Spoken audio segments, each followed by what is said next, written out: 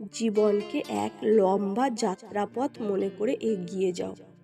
তোমার উদ্দেশ্য ঠিক থাকলে একদিন সঠিক পথের সন্ধান পাবে। কখনো কি ভেবেছো কিছু মানুষ কেন যা চায় তাই পায়, আর কিছু মানুষ অনেক কষ্ট করার পরেও কিছু পায় না? এর কারণ লক্ষ্য। কিছু লোকের লক্ষ্য আছে, কিছু লোকের নেই।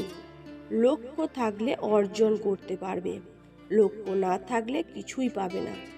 তোমার আজকের পরিশ্রম তোমার আগামীকালের খুশির চাবি। সময় অতি অমূল্য বিষয়।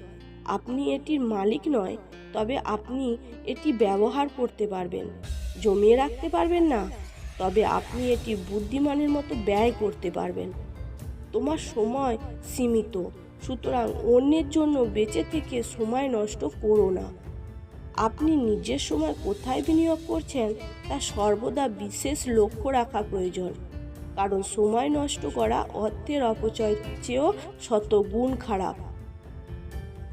অতি দ্রুত সাফল্য পাওয়া যায় না, আর পাওয়া গেলেও তা বেশি দিন টেকে না। যেটা পেতে অধিক সময় লাগে তার সময়সীমাও বেশি দিন থাকে। আপনি যদি জীবনকে ভালোবাসেন, সময় নষ্ট করবেন না, কারণ সময় অনেকটা বালির দানার মতো, যা হাত থেকে বেরিয়ে গেলে আর ফিরে পাওয়া যায় না। জীবনে শেষ বলে কিছু হয় না, সব সময় কিছু নতুন তোমার জন্য অপেক্ষা করে থাকে। জীবনে সফল হতে নিজের সময় কোনো অলস ব্যক্তির সাথে অযথা ব্যয় করতে নেই, কারণ অলসতা আর সফলতা একে অপরের শত্রু। সারাদিনের কর্মময় জীবনে জীবন খুঁজতে গিয়ে জীবনে বাঁচা ভুলে যেও না।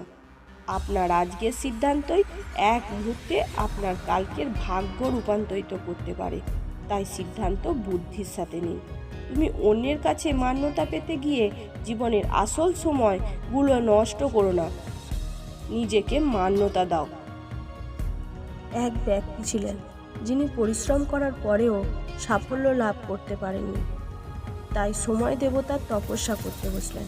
সময় দেবতা প্রসন্ন হলেন, তিনি মানুষ রূপ ধারণ করে তার সামনে এলেন। সেই ব্যক্তি ওনাকে জিজ্ঞাসা করলেন, কি আছে এমন যে আপনি বারবার জয়ী হন, আমি বারবার হেরে যাই? কেন এত পরিশ্রম করা সত্ত্বেও আমি সাফল্য লাভ করতে পারি না? সময় দেবতা উত্তর দিলেন, দিন হোক বা রাত, ঝড় হোক বা ভূমিকম্প, রোদ হোক বা বৃষ্টি, যদি প্রলয়ও হয়, আমি থামি না, আমি চলতেই থাকি। সেই জন্য আমি সর্বক্ষেত্রে জয়ী।